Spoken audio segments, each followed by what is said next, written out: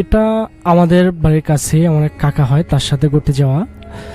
তখন বর্ষাকাল, তো সে ক্ষেতের ভিতরে জাল দিয়ে মাছ ধরতো।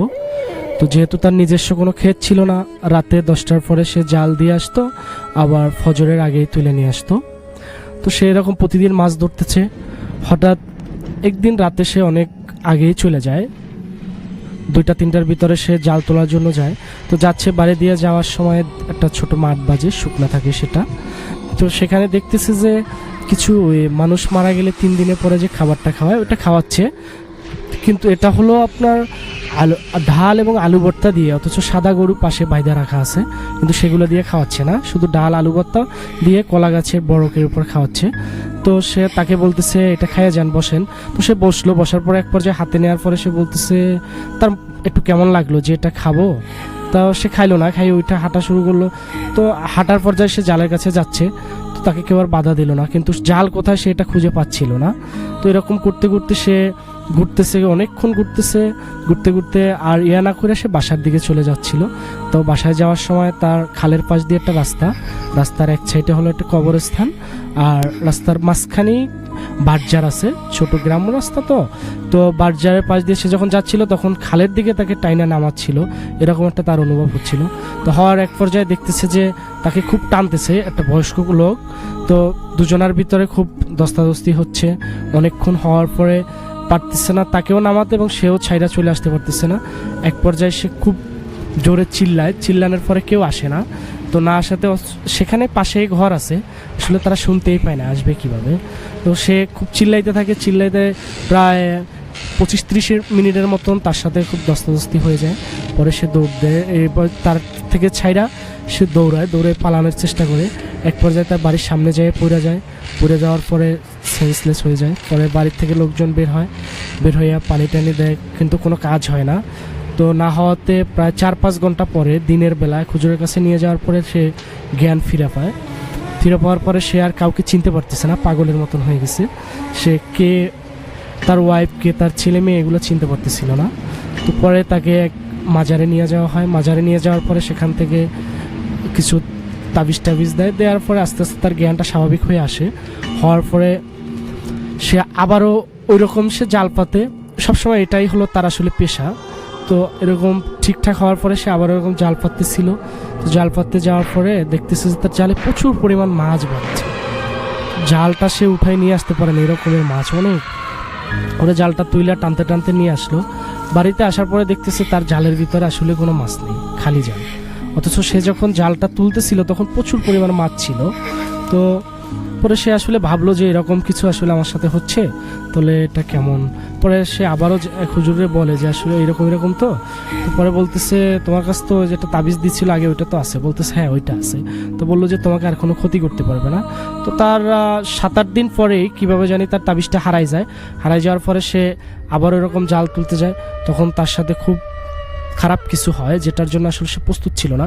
সে দেখতে পায় একটা মানুষটা চুলগুলো খুবই লম্বা করে, আর চেহারাটা খুবই বিটকুটে, একদমই বিচ্ছিরি দেখা যাচ্ছিল, পুরো শরীরটা পোড়া এরকমের। তো এক পর্যায়ে সে ওইটা দেখে খুব দৌড়াইতে চায়। তো সে প্রায় ঘন্টাখানিক দৌড়ায়, অথচ সে ওই যে খেতে যেখানে জাল পাততো সেখান থেকে আর উঠতেই পারলো না। তো সেখানে তারে খুব করে। তো এরকম তার ভিতরে দুজনের ভিতরে খুব দস্তাদস্তি হয় সেদিনেও। পরে তার ফজরে আজান হয়ে যাওয়ার পরে আর কিছু হয় না, সে ওখানে পড়ে থাকে। তো যে চিত হইয়া পড়ে থাকার পরে ক্ষেতের ভিতরে মানুষ দেখতে পায় যে এই লোকটা পড়ে আছে। পরে আইনে আবার সেই হুজুরের কাছে নিয়ে যাওয়ার পর বলতেছে তোমাকে যে তাবিজটা দিছিলাম একে, সেই তাবিজটা তো আসলে ফালাই দিছে, এই জন্য ওর সাথে এটা হয়েছে। তাহলে একটা কাজ করো, ওকে ভালো করে একটু দেখতে হবে। তো দেখার পরে দেখে এক পর্যায়ে তার সাথে যে ওই একটা জিনের মতন আচর করে, সেটাকে জাগায় তুলে সে হুজুরে। তো সে পরে বলে যে আমি একটা জীবন চাচ্ছি, একটা জীবন নিয়ে যাইতে চাচ্ছি। তো সে বলতেছে তাহলে কি জীবন নিবি, তুই কি ওরে নিয়ে যাবি? সে বলল হ্যাঁ ওকেই নিয়ে যাইতে চাই। তো হুজুর অনেক বড় একজন আলেম মানুষ, সে এটা মানতে পারলো না। সে বলল তোরে এমনিতে রক্ত দিয়ে দিই, একটা পশু কাইটা দিয়ে দিই। সে বলল না আমি ওকেই নিয়ে যাব।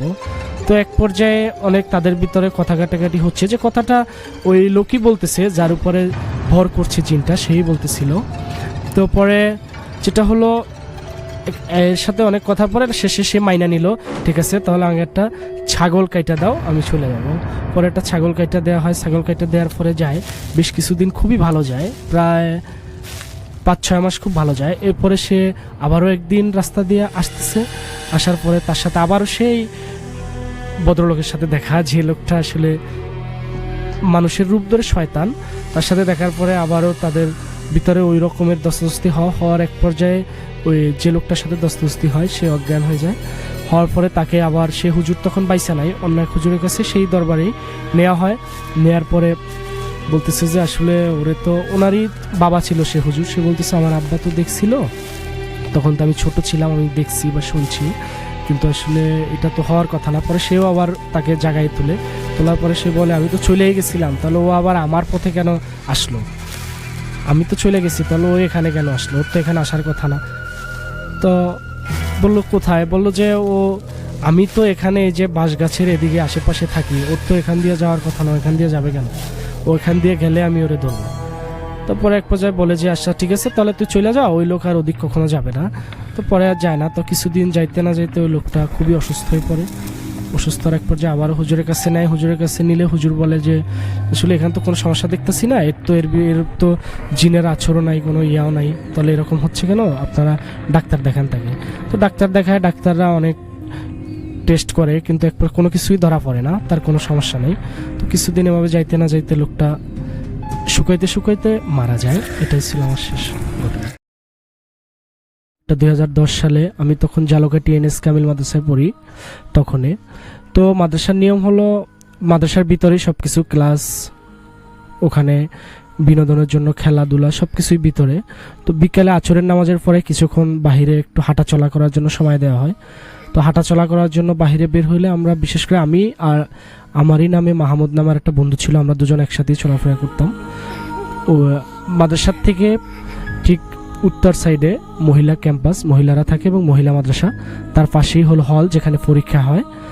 জালকা টিএনএস কামিল মাদ্রাসার পরীক্ষা ওদের নিজস্ব ভবনই হয়। তো ওই ভবনের ভিতরে পাশের সাইডে হলো নদী। তো ভবনের ভিতরে ওখানে অনেক জায়গা, ওখানে ঘোরার জন্য যাই, অনেক পেঁপে গাছ, পেয়ারা গাছ এগুলো আছে। তো আমি আর আমার বন্ধু ঘুরতে যাই, নদীর সাইডে বসি, অনেকক্ষণ বসি। তো হঠাৎ একটা স্বাভাবিক বাতাস আসলো, বাতাস আসার পরে আমি ভাবতেছি যে নদীর সাইডে যেহেতু বসছি হয়তো স্বাভাবিক বাতাস তো হবেই। তো এটা আসার পরে আমার সাথে যে আমার বন্ধু ছিল মাহমুদ, ওকে আমি বলতেছি চল এখন যাই, আর আড্ডা দিব না, মাগরিবের আজান দিবে, যদি আবার জামাতে নামাজ না পড়ি তাহলে আবার পিটাবে হুজুর। তো এরপরে ও আর কোনো কথা বলতেছে না। তো আমি কয়েকবার বললাম আমি কিন্তু গেলাম, তুই থাক। তো বলতেছে, ও কোনোই কথা বললো না। তো এক পর্যায়ে ওরে ধরে টানাটানি করতেছি, কিন্তু আসতেছে না, দাঁড়াই আছে ওখানে। পরে আমি ওই গেট থেকে বাইরে বের হয়ে এক বড় বাইরে ডাক দিলাম যে মাহমুদের কী হয়েছে দেখেন, ওকে ডাকতেছি যে চলো আজান দিবে, এখন নামাজ পড়তে হবে। তো ও আর আসলো, ওই লোক আইসা, তাকে আর দেখতে পাচ্ছি না ভিতরে, অথচ বের হওয়ার জন্য গেট হলো একটাই, বের হইলে ওখান থেকেই হতে হবে। তারা আর দেখতে না পাওয়া, সে অনেক খোঁজাখুঁজি আমরা করলাম, করার পরে সে আমাকে বলতেছে তুমি একটা জুনিয়র ছেলে হয়ে আমি একজন সিনিয়রের সাথে মস্কারা করলাম, কোথায় মাহমুদ, মাহমুদ তো এখানে আসেই নাই। আমি বললাম না, মাহমুদ তো আমার সাথে আসছে, আমরা দুজন একসাথে আসছি। তা ওনারাও সবাই স্বাভাবিকভাবে জানে যে মাহমুদ আর আমি দুজন একসাথেই চলাফেরা করি সবসময়। তো এক পর্যায়ে দেখতে পেলাম যে ভবনের পিছনে নদীতে নাইমা ও কোমর সমান পানির ভিতরে দাঁড়াই আছে। তো ডাকাডাকি করতেছি, অথচ নদীর ভিতরের দিক তাকাইয়া দাঁড়াই আছে। তো আমার যে সিনিয়র ভাই সে বললো যে আসলে এখানে খটকা কিছু আছে, তুমি বাইরে যাই লোকজন ডাক দাও। তো লোকজন ডাক দিলাম, ডাক দেওয়ার পরে ওকে ওখানে নাইমে উঠে হুজুরের কাছে নিয়ে আসলাম, হুজুরে জার ফুটু দিয়ে দিল, ব্যাস স্বাভাবিক ভালো। পরে আমরা ভবনটা হলো 4 তলা বিশিষ্ট ভবন, তার 3 তলাতে আমরা থাকতাম, 3 তলাতে থাকতাম। তো 3 তলাতে আবার ওখানে নিয়ম হলো প্রতি রুমে 4 জন করে থাকবে, 4 জন আর একজন ক্যাপ্টেন থাকবে। তো আর নাজেম হলো পুরা ভবনের দায়িত্বে থাকবে, প্রতি তলার জন্য এক একজন নাজেম। তো আমরা ওখানে রাতে ঘুমাই গেছি। তো মাহমুদ আর আমি পাশাপাশি একই বেডে ঘুমাই গেছি। তো এক পর্যায়ে রাতে হঠাৎ করে দেখতেছি যে আমার পাশে মাহমুদ নাই। তো না থাকাতে আমি করলাম যে দরজা খোলা, বাইরে গেছে কিনা দেখি, যা দরজাও খোলা না, দরজাও ভিতর থেকেই লাগানো আছে। তো দরজা ভিতর থেকে লাগানো, তাহলে মাহমুদ কোথায় গেল? তো পরে আমাদের যে ক্যাপ্টেন তাকে ডাক দিলাম যে নাইম ভাই মাহমুদরে তো দেখতে পাচ্ছি না। তো সে বলতেছে দরজা কি ভিতর থেকেই দেয়া? আমি বলতেছি হ্যাঁ। তাহলে মাহমুদ কোথায় গেল? আর ওখানে নিয়ম আছে রাতে যা কিছু ঘটবে সাথে সাথে নাজেমকে জানাই দিতে হবে। তো আমি নাজেমকে গিয়ে বললাম আমরা সবাই যে এরকম এরকম। তো বলে তাহলে খোঁজাখুঁজি করো, দেখো আমরা ভবনের ভিতরে গেটের বাহিরে আর যাইতে পারবো না রাতে, গেটের ভিতরে সব জায়গায় খুঁজলাম, কোথাও আর তাকে পাচ্ছি না। তো এক পর্যায়ে দিনের বেলা শুনতেছি মাইকিং করতেছে, একটা ছেলে পাওয়া গেছে ওখানে জালগাটিতে, চিনবেন যারা ওদিকে বাড়ি, জালগাটি এনএস কামিল মাদ্রাসার থেকে উত্তর দিকে সোজা যায় একটা রাজবাড়ি আছে অনেক ভিতরের দিক যাইয়া, ওটা হলো জায়গাটার নাম আমার ঠিক মনে নাই।